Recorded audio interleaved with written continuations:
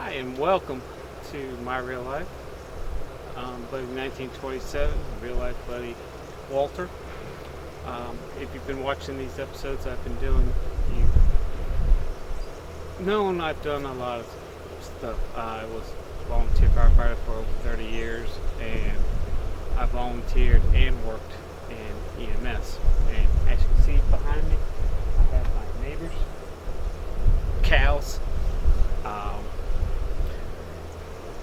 They're noisy in the mornings, but they're quiet at night. So it's kind of nice living out by a large dairy farm. You can get some cows to talk to every once in a while. What I'm here today to talk about is something that affects every first responder. Firefighters, EMS, police, nurses in ERs, doctors in ERs, anybody who responds to any emergency. It does affect you. It might not affect you until later on. It might not affect you at the time of the incident, but it will affect you. I'm going through the process. I got injured at work. I injured my back, and I have nerve damage to both my legs. And one of the things, and because I couldn't work no more, I kind of got depressed. And I'm in the process of trying to get Social Security disability. I've run out of money, and I've gone through the first process and was denied. But they say that's normal. One of the things, a couple of things I actually had to do for Social Security. They sent me to a psychiatrist, and they sent me to a medical doctor to try to get, try to determine what's going on with me. Well, see if I am disabled. And medical doctor said, yeah, you're hurting. You don't need to be working. Yeah, and you don't need to be lifting, doing anything. And when I went to the psychiatrist, he did an evaluation. It took about 2 hours, and he determined that I have severe depression and severe post-traumatic stress syndrome. Right now, I have no insurance. Because for me to get Medicaid, I have to be classified as disabled by the state of North Carolina or Social Security disability. That's the only way I can get any type of insurance. I have zero money and all that. Well, he told me about a program, at least here in North Carolina, where there's this insurance that will actually help me.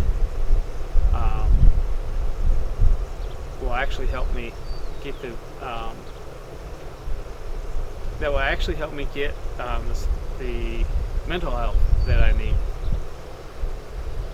Okay, and hopefully help me at least mentally to come over a lot of stuff. Since I've been injured, I've been having a lot of dreams. About 30 years of working in here, all the bad calls and all that. I even have them during the day. So that's what post-traumatic stress syndrome is all about. And it is hard for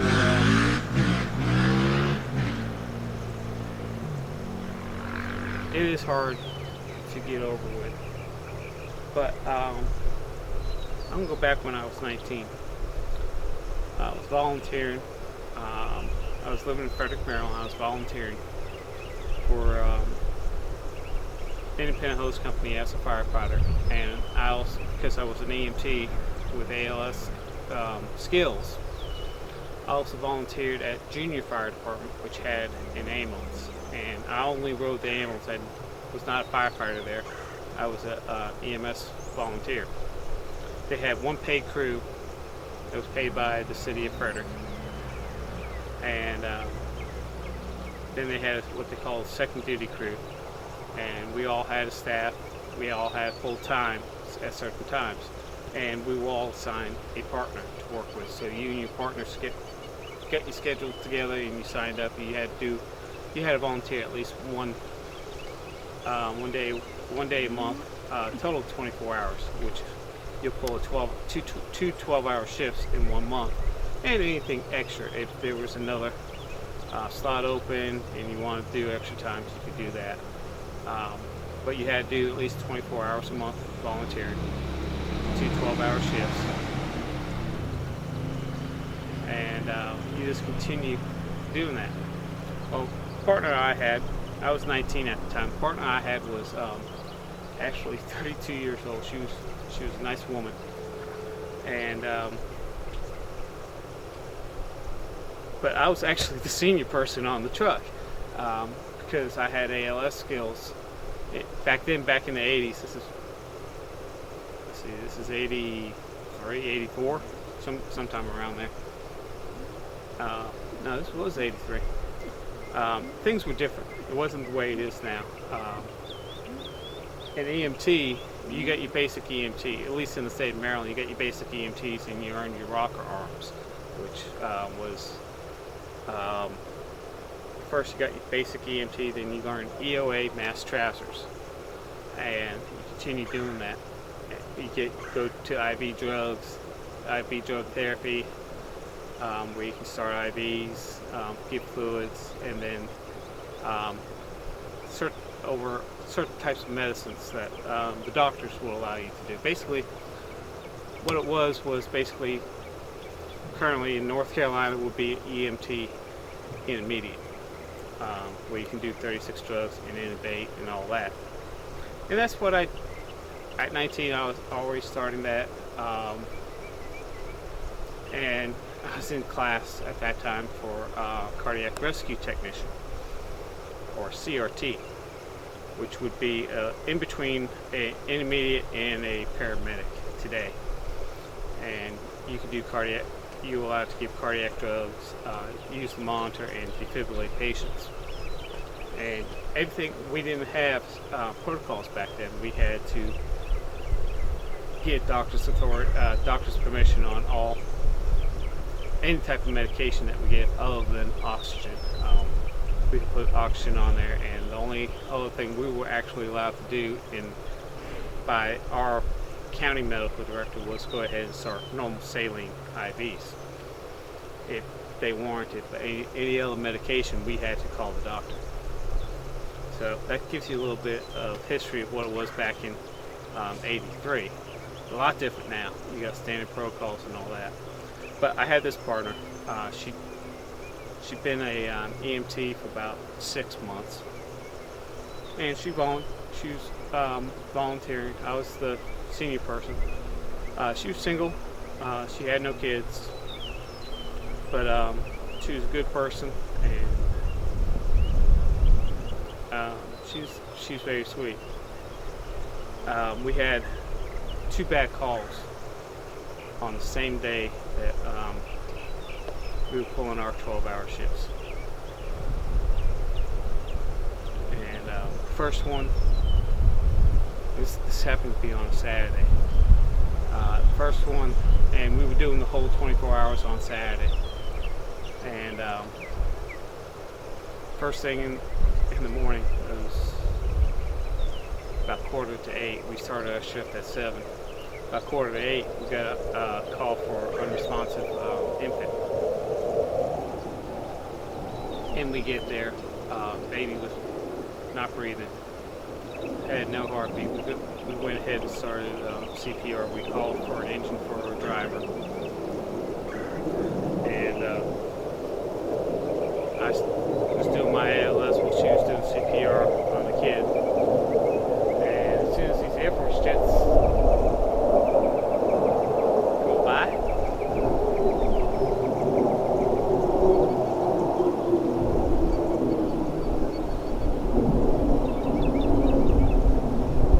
that's the sound of freedom, guys.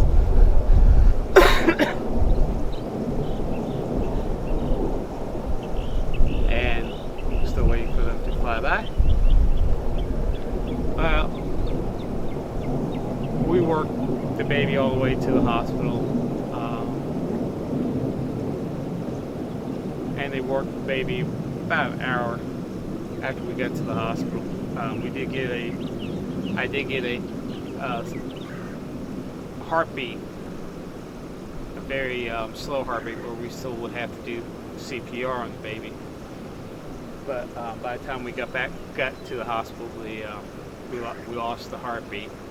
They worked on the child for about an hour after we got there, and then pronounced the child dead. Come to find out, the baby did die from SIDS, and there was nothing that we could do. But it kind of tore my partner up a little bit. It was actually her first time in the 6 months she's been in EMS where she had to deal with a death of a patient. On top of that, it was an infant. Baby was 6 months old. So it kind of messed with her during the shift. We had a couple more calls. Then we got toned out at 3 o'clock in the morning. No, not 3 o'clock in the morning. I'm sorry. At 10 o'clock in the evening for a traffic accident. Two vehicles head-on collision. So we were responding. The paid ambulance I had was already on another call. The other paid ambulance for the city was also on the call, and we actually were mutual aiding to my other fire department, Independent Hose Company's district. So we were definitely going to be the first ambulance there. So we get on scene. We have a 2-car MVC, massive destruction to both cars. We have one driver in the one car, and he wasn't injured. And we had 5 other victims in the other car, a family of 5. All 5 had no life signs when we arrived on the scene. Both parents were age 36, and they had 3 boys in the back seat, ranging from age 7 to 11. All of them killed on impact during this. The driver of the other car was arrested and convicted of DUI, driving under the influence, and also he was charged with 5 counts of manslaughter, and he was intoxicated and had no injuries. So this kind of tore my partner up. We were on the scene for hours, and earlier that morning we had the SIDS patient, which was the first time she actually had to deal with death in EMS, and then all of a sudden we had a family that was completely killed by a drunk driver, taken out. I mean, the troopers estimated the speed of the truck driver at 120 miles an hour plus. He hit the car head-on, square in the front, pushing the engine of their car through the fire block into the front seat, and pushing the front seat into the back seat, which crushed the boys. Everybody in the car was wearing seatbelts. Of course, it wasn't required back then. All 5 patients were wearing seatbelts. The engine crushed the 2 people in the front, and the back seat crushed the 3 kids in the back. It took us a while to get the patients out of the car. So we were on scene for quite a while. They had to extricate the bodies, and then we had to put them in the body bags and toe tag. The coroner did arrive. Pretty County coroner did arrive on the scene to pronounce the bodies, and they also brought a van to transport the bodies, so our ambulance wouldn't have to. But we had to stay on scene until the investigation, to the point where both fire and EMS could be released by Maryland State Police. and we were also there for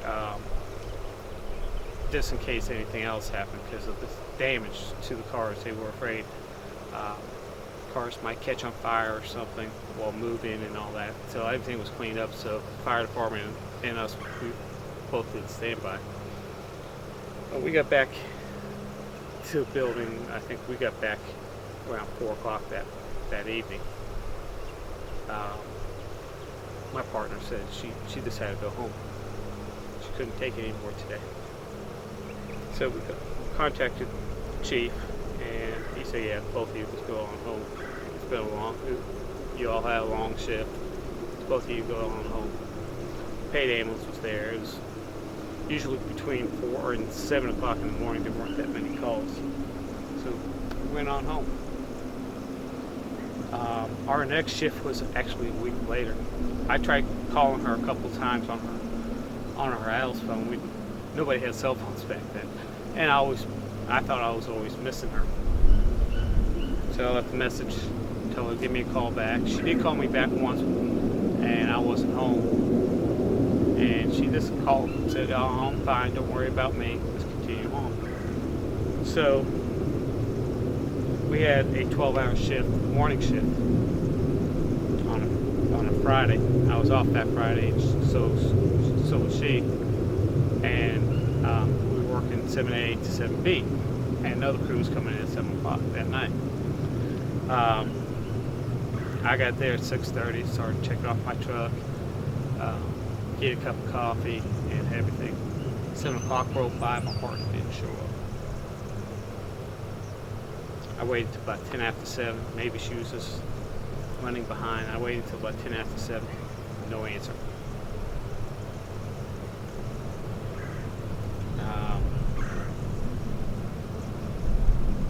Kept on calling until about 8 o'clock. Since she lived in the district, the chief, our volunteer EMS chief, suggested, hey, let's just go drive by and see if she's home. Maybe she's sick and this is asleep, and slept through the phone calls. Okay. Well, we got there. Car was in the driveway.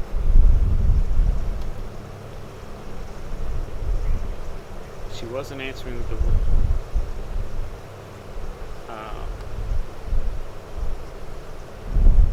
All the doors were locked. And then all of a sudden I was smelling gas. So I went ahead and called for the fire department.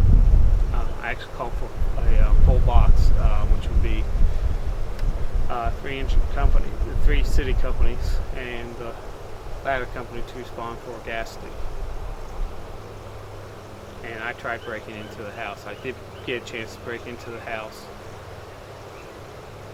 and saw that my partner was dead. She turned on the gas, turned off the pilot light to her oven, had the oven door open, and she was not lying, but sitting right next to the oven. She did leave a note explaining why and what was going on. And she just couldn't, the day that we had with the SIDS and the five victims, she just couldn't take it anymore. So Thursday morning, she turned off the pilot light and turned on the gas to her oven.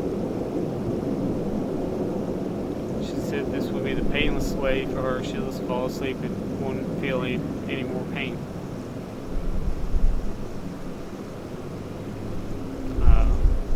She did apologize to me in the note, saying it wasn't my fault. I did try to help her, but she just couldn't handle what had happened. So that's one thing you need to watch for in your partners. Signs that they're not handling the job. Signs that they actually need help. Sometimes they might not show it. She never did show it to me. Of course, we were volunteers and I didn't see her on a regular basis, but we did keep in contact on the phone.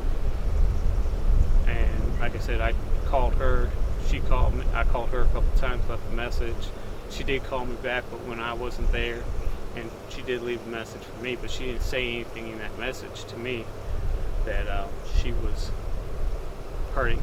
She said everything's fine, and she was just busy with work. She never told me that she was thinking about killing herself, and she did. So that's a stress that every first responder deals with, whether you're paid or volunteered. You deal with the same type of stress. You deal with death. You deal with people on their worst day. Some people can handle it. Some people can't.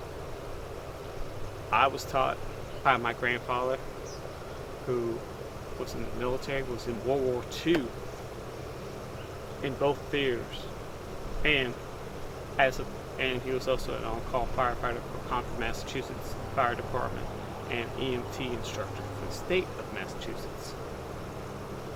So he knew what I was going through because of the things, and he went through hell during World War II. Like I said, he served in both theaters. But he gave me a piece of advice, which back then was the way to deal with the stress, and that was to bury it and forget about it. Well, nowadays we've already learned. I also had my chief at the fire department and those companies, Richard, also tell me the same thing. Freedom South. I live near Seymour Johnson Air Force Base, so you can hear the jets. We're on the where I live, and depending on which way the wind is blowing at the time, is whether or not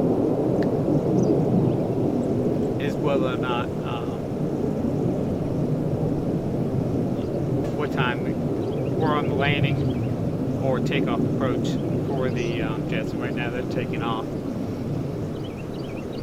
and about between 5 and 7 o'clock there'll be several jets landing, and by then the wind would have changed, so now we're on the landing approach. But get back to what I was saying.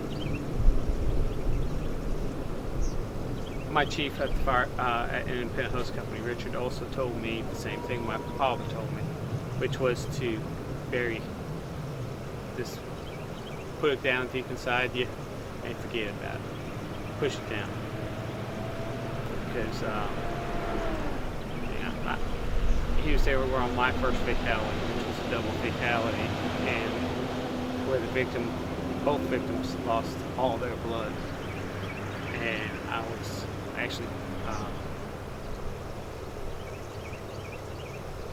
17 at the time on that call. It was at 3 o'clock in the morning in the rain. And then I also had a buddy of mine. And the reason why I remained a firefighter and progressed during my EMS career was outside my development where I live. A friend of mine, and his name is Jack Daniels. He lived in the development across the street from the development I lived into. He lived in Cloverleaf. I lived in West Hills, which was, he had Yellow Springs Pike. The main road was Yellow Springs Pike that went right between our development, and was the highway that went right between our development. Actually, it was a 2-lane road that you can go up to 55 miles an hour. And he worked as an orderly in the hospital, actually from home in the ER. And he's going to work at 11 o'clock. He had to be at work at 11 o'clock, and it was 10:45. And he was pulling out of the development and got hit by a pickup truck. going 80 miles an hour, and they T-boned him right in the driver's side door.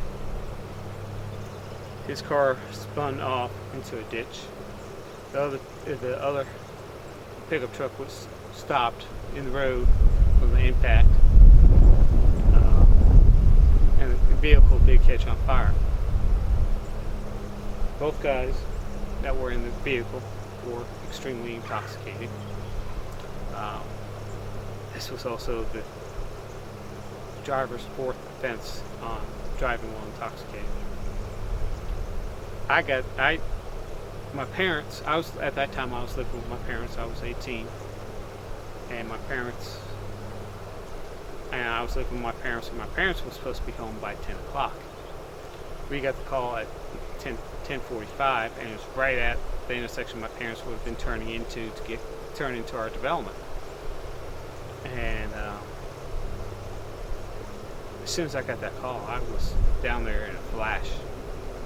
I was there within less than 30 seconds from the time we were dispatched. I mean, I was on the scene before the engine could check and around. And I get there, and all I see is this pickup. And I see the neighbors using fire extinguishers to put out the fires, and they got the driver and the passenger already out of the car. I had them lying on the side of the road in the grass. And I started checking them out. I was an EMT at the time. I just got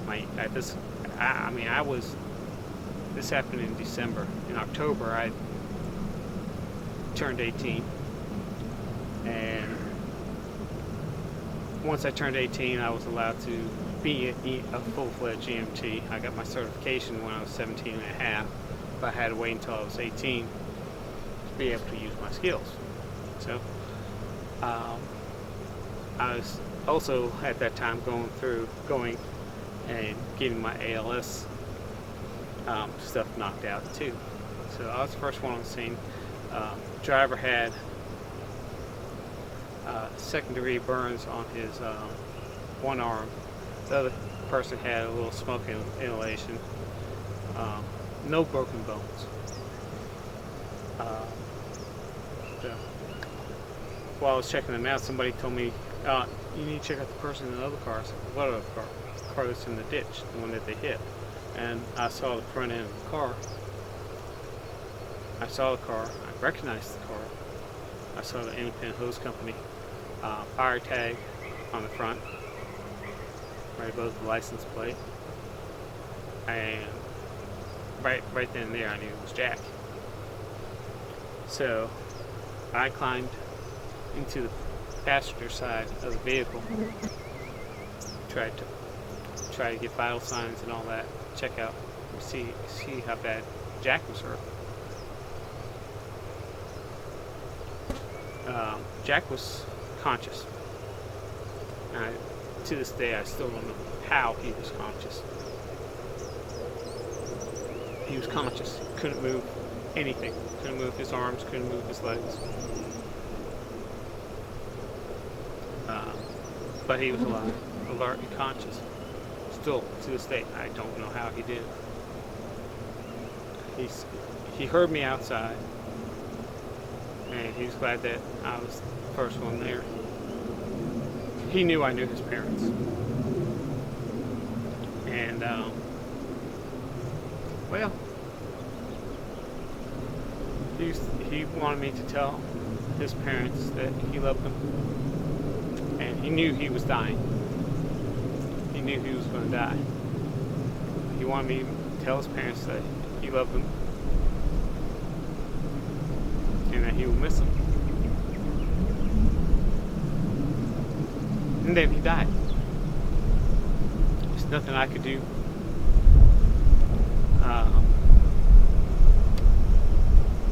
The CRT unit arrived on the scene before the ambulance did. And there's two on the unit. One went to the two victims, and another one came over to me. I said, well, he just stopped breathing just 1 second ago. And they put him on the monitor. He had no heartbeat. He was in Sicily. and the CRT checked his neck and felt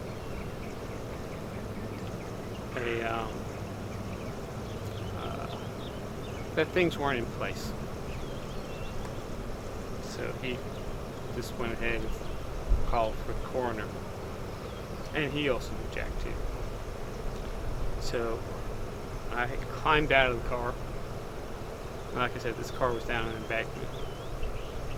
So I climbed out of the car, climbed up to the embankment, and to this day I still see it.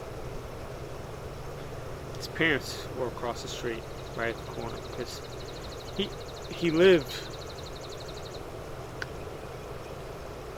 about 4 houses down from the street he pulled out of to the Yellow Springs Pike, and they heard the collision. They couldn't see the car, and they arrived once they started hearing the fire trucks and saw all the lights. So they walked out to find out what was going on. His mother looked at me, and right then and there she knew Jack was dead. So I walked across the street, told his parents basically they lost their son, and I did tell them what he said. So, and that's when the chief told me, "Bury your feelings." Well, I blacked out after I told him. I started walking back to the units and to where the chief was. It's the last thing I remember. The next thing I remember, I had 2 state troopers and 5 firefighters on top of me, holding me down. I completely blacked out from anger.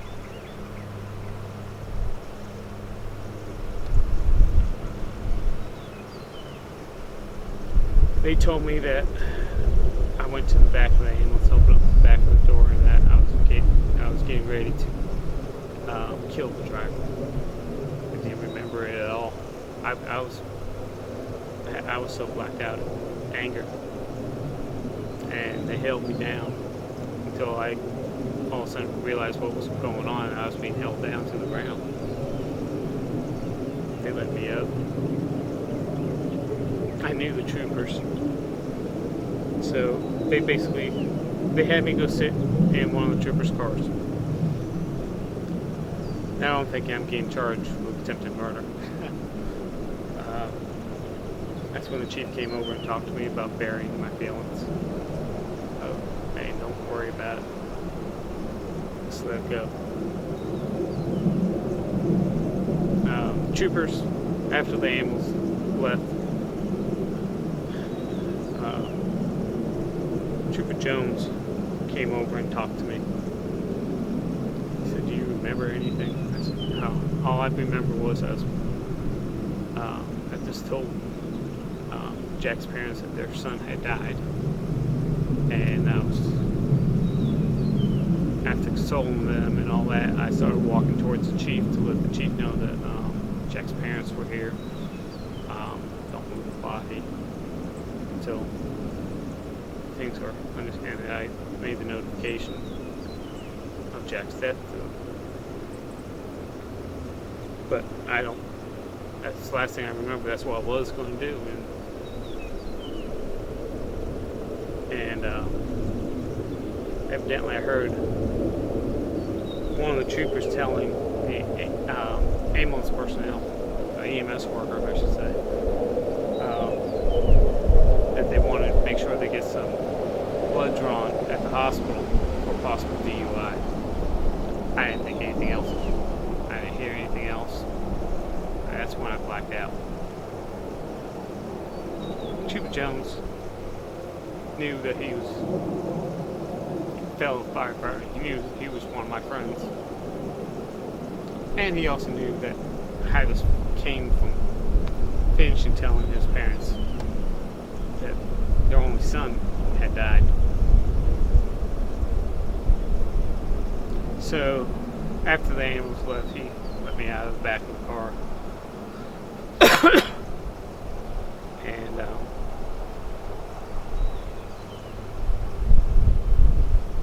that was it.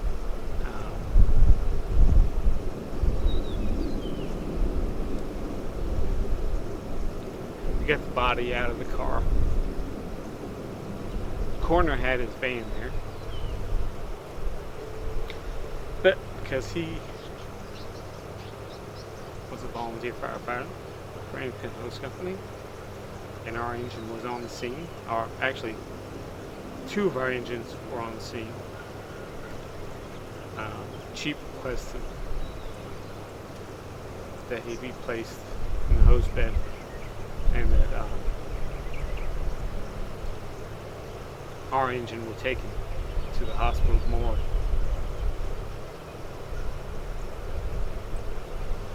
So, coroner agreed.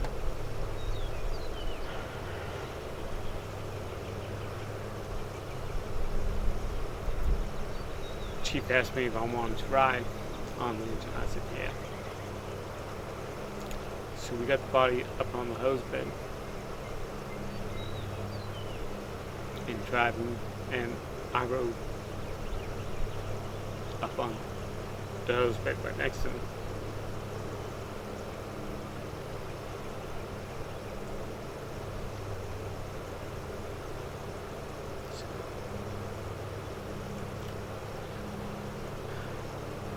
Like I said, we see a lot of shit, and we have to deal with a lot of shit. I dealt with it for over 30 years, both as a firefighter and as an EMT. And I did something totally stupid, and for my fellow first responders, I don't want you to do what I did, and that is burying. Nowadays, it was over 30 years ago,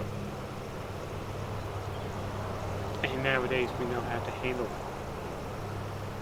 a stressful situation.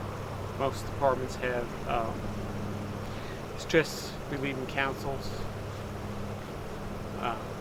and that they're willing and able to help you. Both in the police department, in the fire service, and in the EMS service, there's help available. So when you have that bad call, you know that there's help to help you through. Back then, we didn't have anything like that set up. A partner killed herself because she couldn't handle the stress. Hell, I blacked out, almost killed somebody because at that time I couldn't handle the stress. And don't bury it, because now I feel like crap. Since I've been injured, and over the 30 years I've had flashbacks of certain calls, but not as bad as when I got injured and can't work no more. Almost every night I'm having flashbacks of bad calls that I've had. This is helpful to you. You need to stop. Go get help. I'm now seeing a counselor. I started a couple days ago. I'll see the doctor in about 2 weeks. I'm starting the process of trying to mentally get better. I got over 30 years of stuff crammed in me. In my career, both volunteer and paid, I have dealt with a lot of death. I would estimate I've seen thousands of patients, and I've seen hundreds of people die. That's a lot for any one person. And that's one thing, everybody's concerned about our armed services. they are. Don't get me wrong.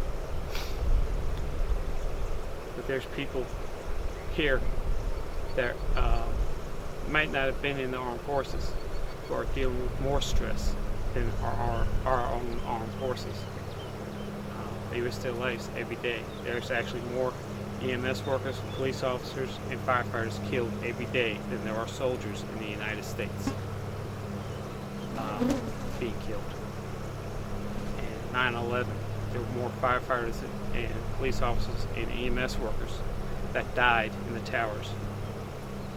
That died, more of them than the soldiers that died in the whole battle of Desert Shield and throughout the battles. That's one day there's more firefighters and EMS workers. And I think a lot of people forget about those guys. Most of your firefighters are volunteer firefighters in the United States, so they're not even getting paid to do this job. And you do have paid firefighters. I actually see more than most volunteer firefighters because they're out in the rural, and you don't have as many calls out in the rural as you do in the city. When I lived in Frederick, Maryland, I belonged to a city county department. The city paid for one driver to get the engine out, and everybody else was volunteers back then. And we averaged over 1,000 calls a year. My last department, Grant, the fire department, they averaged 100 calls a year, so it's a big difference. But you still see a lot of crap.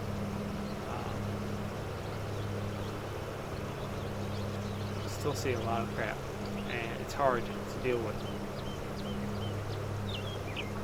So, if you are a firefighter, first EMS worker, police officer,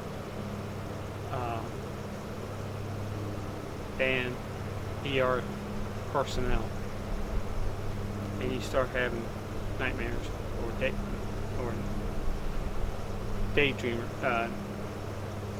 daymares is what I call them. You need to seek help. Contact your supervisor. Let them know what's going on, and they will help you get the help that you need.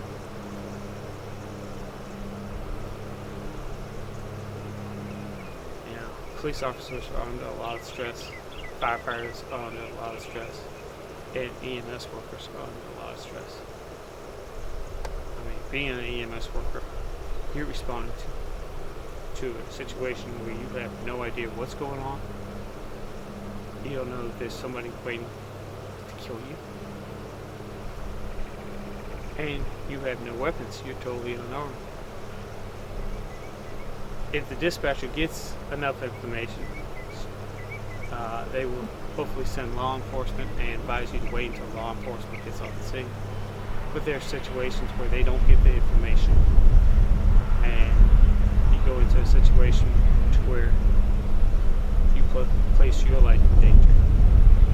You have to also make sure you look for the signs of danger. Don't go in there with your blinders on. Keep your eyes open. Look what's going on around you. If you need to, fall back to the ambulance. Pull the ambulance away from the scene. Call law enforcement and wait until the scene is secure. Your life is more important than the victim. I'm going to tell you that right now. I learned that the hard way. But your life is more important than the victim. Same thing with firefighting. If you come up on a scene, you got Grandpa sitting there with a shotgun. Back off, pull off the scene, wait until law enforcement has the scene secured.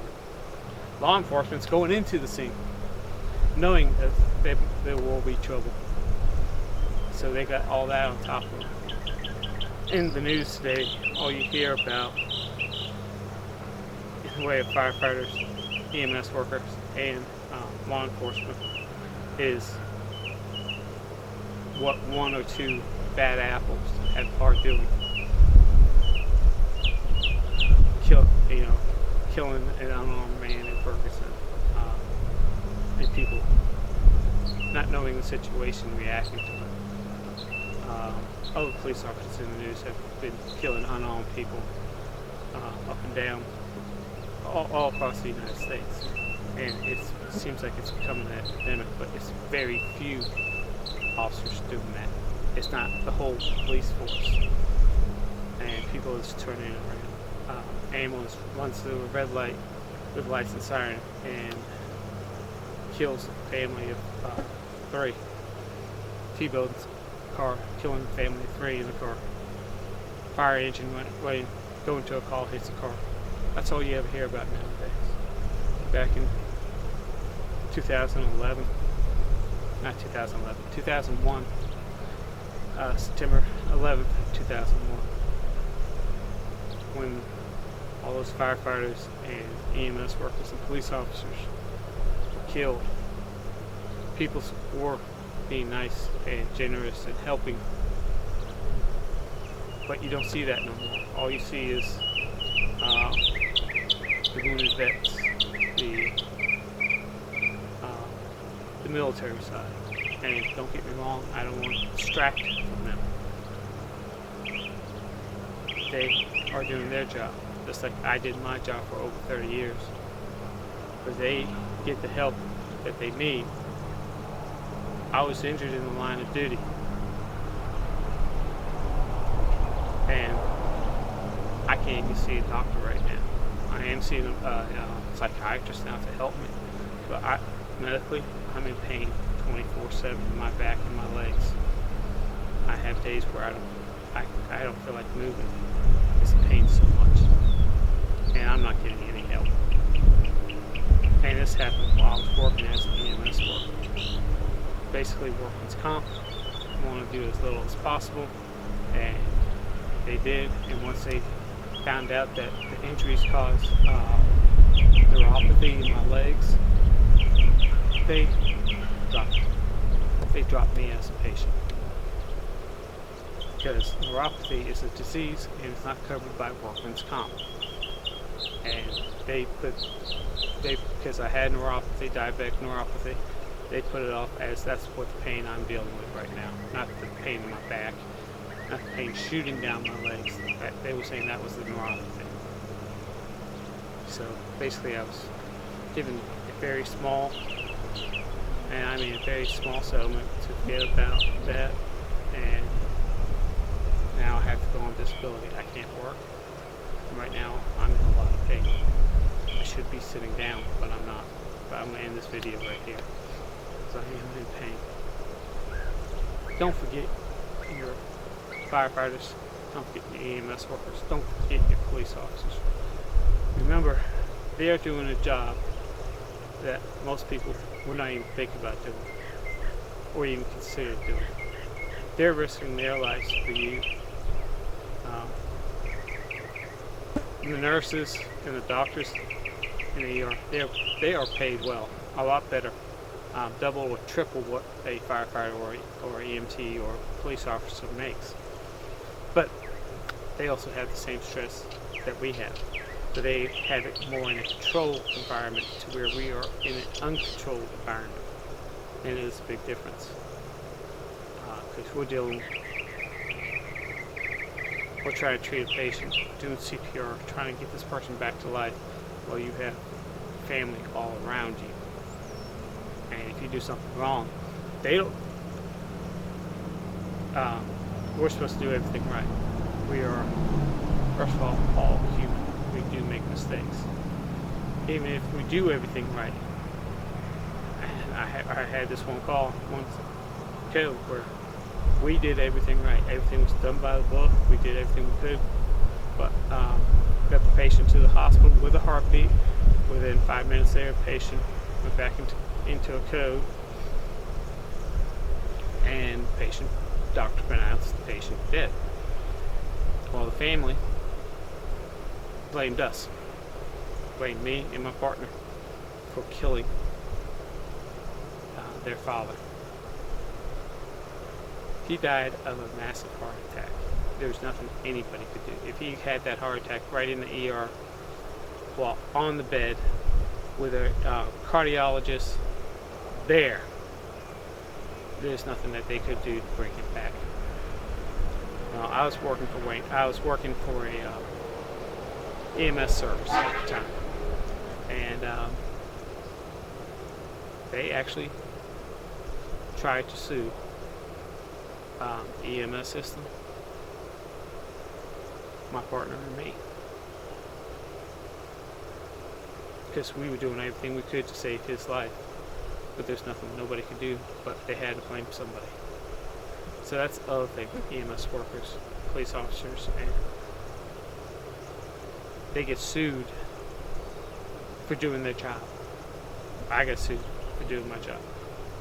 We won the case because it was proven there was nothing medically could be done for this patient, and that we did everything correctly and accordingly and efficiently.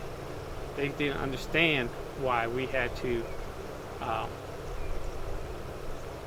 do CPR and do all these IVs and put the cardiac monitor, and why we just didn't scoop the patient off and put him in the ambulance and drive. That's what we were supposed to do. We weren't supposed to do all that other stuff. And why we had to wait for a fire department to show up on the scene for manpower and to help us with the CPR, and also to help us with a driver to drive us to the hospital. They couldn't understand why we had to wait that 5 minutes for the fire department to get there. And that's how long it took the fire department, because it was coming from the other side of town. And by the time dispatch figures out what station they need to send, and this was in the city, and by the time they get the right station, because there was a fire going on at the time in the city, so the closest engine that was available to us was on the other side of the city, so we had no control over that. But they didn't understand what we were trying to do. We were trying to stabilize the patient, so by the time we got to the hospital, hopefully he had a heartbeat. If he did, but by the time we got to the hospital, the patient did have a heartbeat, but died 5 minutes. Went back into cardiac arrest 5 minutes after he got there. There was nothing nobody could do. But my reputation, my partner's reputation, was dragged through the mud. It was written up in the papers how EMS workers are being sued, and they wanted to know why the DA's office wasn't looking into this for possible manslaughter charges. This is what was in the paper, and that's what the family wanted to know, why the DA wasn't looking into this for possible manslaughter charges. Well, they did investigate, and they did find out that they wanted the SBI, the State Bureau of Investigation, to investigate this call. They did take a look at the reports, the autopsy and all that, and they also put us. So the next thing that they had to do was to sue us, and they did. And the papers weren't being nice to us. Media is not nice to fire, EMS, police officers, especially when they think there might be wrongdoing. They don't have the whole story, but they'll print whatever they want to print, and that really gets on my nerves. But if you want to work in EMS or law enforcement, firefighting, work in the ER, you have to learn how to deal with stress. And if you are being stressed out, and don't bury it, get help. Contact your supervisor. Seek that help, especially if you're having dreams about the calls. I still have dreams, especially when I have a certain smell. I want to flashback to a certain call, and they're always different because over 30 years I've been in a lot of situations, and this hurts. So get the help that you need. It's out there. It's available for you. It just took me a while to figure out that I needed help. So get yourself checked out. you're having the same problems I was having, anger, quick to anger, sleepless nights, dreaming about the calls, having that one particular bad call stick in your head, get the help. Because if you don't, you just bury it. Over the years, it will eat at you. So, y'all have a good day. Thank you for watching. If you like this video, please like us on YouTube. If you have a fellow firefighter, EMS worker, police officer, or ER doc or nurse, send them this video. Maybe this might help them with their stress, and be on the lookout for what you need, what you're looking for. If you haven't done yet, if you get any comments about this video, please leave your comments down below this video on my YouTube page. I'll try to answer them as best as I possibly can for as long as I have internet, because like I said, I have zero money.